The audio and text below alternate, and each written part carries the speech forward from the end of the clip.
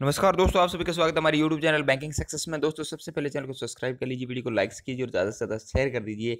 दोस्तों, जो syndicate bank के अंदर पोस्टें आई हुई है उनके बारे में अपने बात करेंगे। जो रिक्वायरमेंट है सिंडिकेट बैंक के अंदर, specialist officer in virus vertical scales, full discussion करेंगे कि कौन कौन से इसके लिए एलिजिबल है, क्या क्राइटेरिया रहेगा, कितनी पोस्टें हैं, किस लेवल की पोस्टें हैं और कौन कौन इसके अंदर जो है अप्लाई कर सकता है। तो चलिए स्टार्ट करते हैं। देखिए, सबसे पहले यहाँ पे डेट्स आप देख लीजिए। सबसे पहले जो दी हुई है डेट्स आपको दी हुई है कि जो ऑनलाइन एप्लीकेशन की जो ओपनिंग डेट थी वो थी 29/3/2019, यानी 29 तारीख से फॉर्म इसके स्टार्ट हो चुके थे ऑनलाइन। लास्ट डेट ऑफ और ऑनलाइन रजिस्ट्रेशन, यानी लास्ट डेट जो है वो फॉर्म भरने की, पेमेंट करने की, सभी की जो लास्ट डेट है वो 18/4/2019। लास्ट डेट याद रखिएगा, 18/4/2019 है। चलिए बात कर लेते हैं इसके डिटेल के अंदर वैकेंसी कौन कौन सी है। सबसे पहले इसके अंदर वैकेंसी दी हुई है सीनियर मैनेजर की, रिस्क मैनेजमेंट। सीनियर मैनेजर यानी रिस्क मैनेजमेंट की 5 पोस्टें यहाँ पे दी हुई है। मैनेजर रिस्क मैनेजमेंट की 50 पोस्टें जो दी हुई है। एमएमजीएस सेकेंड लेवल की जो पोस्टें वो दी हुई है। मैनेजर लो 41 पोस्टें दी हुई है यहाँ पे एमएमजीएस लेवल सेकेंड की। इसी के साथ मैनेजर आईएएस ऑडिट की 3 पोस्टें हैं और सिक्योरिटी ऑफिसर की 30 पोस्टें हैं जो कि एमएमजीएस सेकेंड लेवल की पोस्टें हैं। तो ये जो पोस्टें हैं, ये टोटल पोस्टें 129 पोस्टें यहाँ पे दी गई है। अब आगे देखते हैं इसके अंदर क्या कुछ है। रिजर्वेशन इन पोस्ट, ये जो रिजर्वेशन यहाँ पे दिए हुए है वो सभी के लिए जो रिजर्व कैटेगरीज हैं उनके लिए रिजर्वेशन है पोस्टों के अंदर। तो देखिए ईडब्ल्यूएस जो इस बार नई जुड़ी या नई ऐड की गई है, इसके अंदर जोड़ी गई है नई। तो ईडब्ल्यूएस के अंदर जो पोस्टें अपने को दी हुई है 5 4 3, ये पोस्टें अपने को दी हुई है। जो ईडब्ल्यूएस से अप्लाई कर रहे हैं उनके लिए स्पेशल पोस्टें रहेगी। ईडब्ल्यूएस का मतलब है इकोनॉमिकली वीकर सेक्शन। अब आगे देखिए, the number of vacancy provisional and may be according to actual requirement of the bank. ठीक है, अब आगे इसके अंदर देखते हैं अपने। यहाँ पे दिया है अपने को क्या, पे स्केल। पे स्केल की अगर बात की जाए तो एमएमजीएस लेवल सेकंड का जो पे स्केल है वो 45,000 यानी लगभग 45,000 के करीबन मंथली है। इसी के साथ जो एमएमजीएस थर्ड है उसका जो पे है वो 50,000 या 51,000, लगभग 51,500 रुपये के करीबन अपने को दिया है। एनुअली पैकेज की अगर बात की जाए तो एमएमजीएस सेकंड का लेवल है उस पर तो 9.5 लाख रुपये, और जो एमएमजीएस थर्ड का लेवल है उसके ऊपर 12.5 लाख रुपये एनुअली पैकेज यहाँ पे दिया गया। इसी के साथ आपको अलाउंसेस वगैरह भी मिलेंगे, डीए सीसीए, तो ये सारे यहाँ पे उन्होंने दे रखे हैं। Probation and confirmation, probation period के बारे में यहाँ पे उन्होंने क्या दिया हुआ है देख लीजिए। ये दे रखा है यहाँ पे उन्होंने 1 year of the joining of date, 1 साल का आपका प्रोबेशन पीरियड रहेगा इसके अंदर। जिस डेट को आप ज्वाइन करेंगे उसके बाद 1 साल तक। और the selected candidate will be posted as per the requirement of the bank at thereafter level to be transport anywhere in India, यानी एक बार तो आपको जहाँ पे रिक्वायरमेंट है वहाँ पे ज्वाइनिंग दी जाएगी, उसके बाद में एनी वेयर इंडिया यानी इंडिया के अंदर कहीं पे भी आप ट्रांसफर करवा सकते हो सिंडिकेट बैंक की जहाँ जहाँ पोस्टेज है वहाँ पे। तो ये चीज़ भी उन्होंने मेंशन की रखी है। अब बात करते हैं एलिजिबिलिटी क्राइटेरिया की। तो सबसे पहले तो आप एक इंडियन होने चाहिए। इसके बाद आगे क्या दी, देखिए रिस्क मैनेजमेंट की चीज़ें। अब इस चीज़ को आप ध्यान से समझ लीजिए ताकि बार बार फिर आप कमेंट नहीं करोगे, आपके डाउट मैं यहाँ पे क्लियर कर दूंगा। ध्यान से इस चीज़ को देखिए और फिर अगर आपके कोई डाउट रहते तो कमेंट कीजिए, आपका हर एक डाउट क्लियर भी किया जाएगा। देखिए, सीनियर मैनेजमेंट रिस्क मैनेजमेंट, जो मिनिमम एज है वो 25 ईयर है, maximum age 35 year. Education qualification इसके अंदर क्या है, ग्रेजुएट विथ मैथमेटिक्स और स्टैटिक्स, यानी मैथमेटिक्स के अंदर ग्रेजुएट होनी चाहिए, स्टैटिक्स के अंदर ग्रेजुएट होनी चाहिए। As a subject with full time MBA banking finance और equivalent qualification from a reputed institute. MBA भी आपके पास होना चाहिए, बैंकिंग और फाइनेंस के अंदर होना चाहिए। ठीक है, इसके अलावा और लिखे यहाँ पे दिए, यानी ये वाले भी अप्लाई कर सकते हैं, ये वाले भी अप्लाई कर सकते हैं, और ये वाली और का मतलब क्या होता है, और। ठीक है, फुल टाइम एमएससी मैथमेटिक्स वाले और स्टैटिक्स विद मिनिमम 60% वाले भी अप्लाई कर सकते हैं। मिनिमम 60% जनरल के लिए, SC ST OBC PWD के 55% है। Candidate who acquired FRM PRM CFA diploma और certification in risk management will be given preference. ठीक है, अब एक्सपीरियंस इसमें क्या मांगा है, minimum 3 year of the post qualification work experience in as a PSV यानी प्राइवेट सेक्टर बैंक,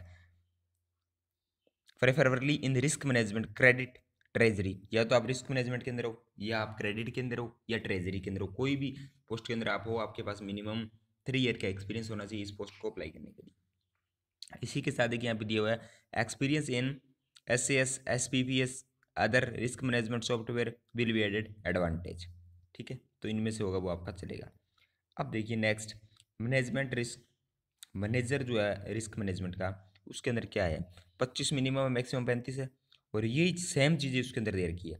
और यहाँ पे जो एक्सपीरियंस बनता है वो minimum experience 1 year of post qualification work public sector bank के अंदर, आप मैनेजमेंट क्रेडिट ट्रेजरी के अंदर 1 साल का आपको एक्सपीरियंस होना चाहिए मिनिमम, कम से कम, और ज़्यादा से ज़्यादा आपका कितना भी हो सकता है। क्वालिफिकेशन यहाँ पे लगभग सेम है, सेम ही कंडीशन रहेगी। नेक्स्ट चलिए मैनेजर लो, यहाँ पे जो आपकी मिनिमम एज है वो भी 25 और मैक्सिमम 35। यहाँ पे आपकी एक a bachelor degree in law LLB आपकी की हुई है, तो आप इस पोस्ट के लिए अप्लाई कर सकते हो। यहाँ पे देखिए आपको एक्सपीरियंस क्या चाहिए, इनरोल्ड और advise with bar counselling and having a 3 year of experience as practice advocate at bar, यानी आपका एडवोकेट का जो एक्सपीरियंस है वो 3 ईयर का होना चाहिए।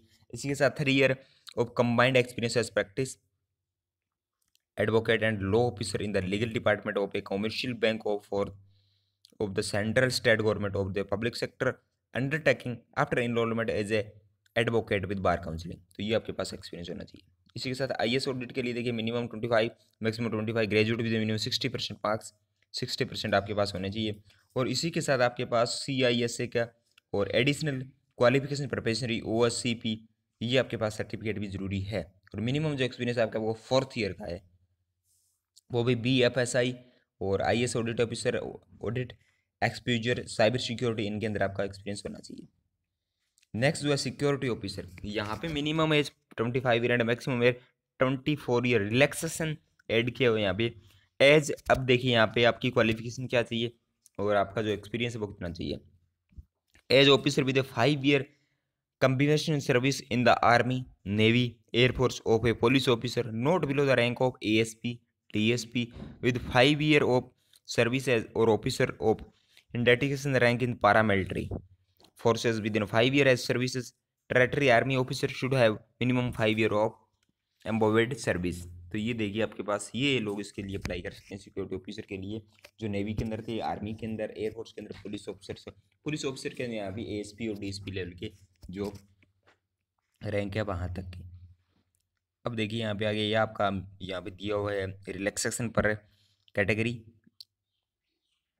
इसी के साथ आगे अपने देख लेते हैं सिलेक्शन प्रोसीजर। अब देखिए यहाँ पे रहने क्या वाला है, सिलेक्शन प्रोसीजर के लिए यहाँ पे आपका एग्जामिनेशन होगा, उसके बाद आपका GD होगा। देखिए GD के अंदर क्या कुछ उन्होंने मांगा है, GD personal interview shall be conducted to assess the candidate personality, level of communication, clarity and problem solving, innovativeness, level of efficiency, willingness to work in any part of the country suitable for the post etc. The minimum qualified marks in the interview would be 50% for general category and 45% of for SC ST PWD category. Candidate not clearing the GD and interview will not consider the final selection। अगर आपका GD और interview clear नहीं होता है तो आप final selection के लिए नहीं जाओगे, वो आपको पता ही है। अब चलिए इसके अंदर सिलेबस देख लेते हैं एग्जामिनेशन का क्या रहेगा। Reasoning 50 question 50 marks, quant aptitude 25 question 25 marks, proficiency in knowledge related, जो भी आप पोस्ट के लिए अप्लाई करोगे उसका नॉलेज आपको होना चाहिए। अगर आप क्रेडिट ऑफिसर के लिए कर रहे हो, लॉ ऑफिसर के कर रहे हो, तो वहाँ पे आपको पोस्ट के अनुसार जो आपका नॉलेज है वो होना चाहिए। यहाँ पे 75 नंबर का ये रहेगा। इंग्लिश लैंग्वेज आपकी 50 मार्क्स 50 आएगी। ठीक है, यहाँ पे देखिए 2 घंटे और 20 मिनट का टाइम है, टोटल 200 मार्क्स है, 200 क्वेश्चन यहाँ पे। अब यहाँ पे एग्जामिनेशन सेंटर अपने को दे रखे हैं, भोपाल के अंदर, अहमदाबाद के अंदर है, अमृतसर के अंदर है, चेन्नई के अंदर है, दिल्ली NCR जयपुर और यहाँ पे बेंगलुरु। ये अपने जिस भी स्टेट के अनुसार, जिस भी एरिया के अनुसार आप वहाँ पे आपको मिल जाएंगे। तो ये आपका टोटली ये आपकी फीस वगैरह रहेगी, यहाँ पे आप चेक कर सकते हो। ये भी आपका टोटली सभी वैकेंसीज बारे में मैंने बता दिया, क्वालिफिकेशन बता दी, एग्जामिनेशन का पैटर्न बता दिया क्या है, कैसे एग्जामिनेशन होगा, और इसी के साथ यहाँ पे ऑनलाइन अप्लाई करने की डेट बता दी। तो यहाँ पे आप सिंडिकेट बैंक के अंदर जाके ये अगर आप कोई भी यहाँ पे guidelines for scanning and upload of photograph signature, ये आपको पता है, ये फोटोग्राफ सिग्नेचर आप किस तरह से अपलोड करते हो, तो सिंडिकेट बैंक की जो ऑफिशियल साइट है उस पर जाके आप ऑनलाइन अप्लाई कर सकते हो। अगर आपके इस वीडियो से संबंधित, इस पोस्ट से संबंधित कोई भी डाउट है, चाहे कोई और भी कोई बैंकिंग से संबंधित आपका डाउट है तो आप कमेंट करके पूछ सकते हो, आपका रिप्लाई कर दिया जाएगा। और अनअकैडमी का लिंक आपको डिस्क्रिप्शन में मिल जाएगा। रीजनिंग के लिए बहुत अच्छे कोर्सेज है, तो आप अनअकैडमी भी जाके फॉलो कीजिए, उन कोर्सेज को देखिए। इसी के साथ यूट्यूब चैनल को सब्सक्राइब नहीं किया तो सब्सक्राइब कर लीजिए और बेल आइकन वाला बटन दबा दिए। थैंक यू दोस्तों, हैव ए नाइस डे।